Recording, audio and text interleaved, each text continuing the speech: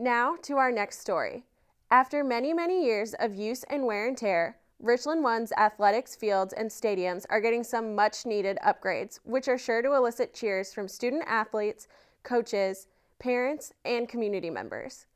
A consulting firm hired by the district conducted a facility study and recommended nearly $39.9 million in improvements to modernize our athletics facilities. The plan was approved by the school board in 2015. The upgrades will vary from site to site based on needs, but will include new scoreboards, new competition lighting, new PA systems, new bleachers, and parking improvements. What we've had is an initiative from the school district through the school board to improve some athletic facilities here at the school district, some much needed athletic improvements. And a part of that was these practice venue fields that are being placed at 4 of our high school sites. We've got some football stadiums that are a part of our school district that haven't had significant improvements for 15 years. And so when you weigh that into code changes and other aspects of what's going on in the market, it's time to bring our facilities into 2016, make them the premier facility in the Midlands. It was a bid process. We had an open solicitation that went out across any venue, and we had several companies submit proposals for this.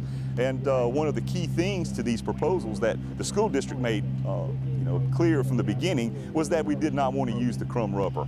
It's gotten some bad press, and so we wanted to steer around that. And First Form was the winning company that they seemed to provide exactly what we were looking for, and most importantly at the price point that we had allotted for that. New turf will be installed at each of the 8 project sites.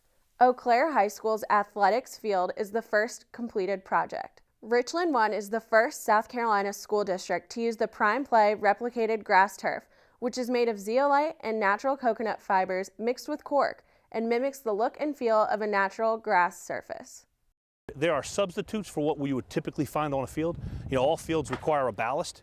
The ballast is typically sand, and then people need a soil for the cleat to lock into. That's typically those black rubber pellets that is in the media right now. We use alternatives. So we use a mineral called zeolite as a sand ballast alternative. It will hold about 55% of its weight in water. That's a main cooling element of the field. The soil content instead of the black rubber is going to be a hydrated coconut core that we'll show you down there. So these are all hypoallergenic, naturally occurring things that will produce very similar playability to your best natural grass fields, and also provide the type of look and safety that they're looking for. They're going to notice that this plays like a natural grass surface. So your best natural grass surfaces, there's a purity of ball roll, ball bounce, ball spin, right? The dirt that's in a natural grass field is a non-moving infill. Ours is, when it's all complete, it's going to be a non-moving infill that's going to play and look like natural grass, and I think the athletes are really going to enjoy it. Along with Eau Claire, the turf also will be installed at AC Flora, Columbia, and Dreher High Schools, as well as at Bolden Stadium, Memorial Stadium, Lower Richland Stadium, and the new district stadium that will be built on the W.J. Keenan High School campus. The upgrades to the district's athletics facilities are expected to be completed by the summer of 2018. I think this whole program with the fields will generate some excitement within all of our schools. It allows us to use our facilities more efficiently. It allows us to have some of our lower level programs back at their home schools instead of going to the stadiums.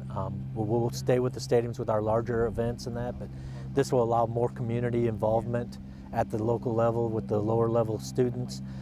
It provides more opportunities because now we have more practice time that we can have students on the fields practicing and staying at the school, which is safer for them, and it allows our 9th graders to be more involved as well because they don't have to leave campus to practice, especially at Dreher High School.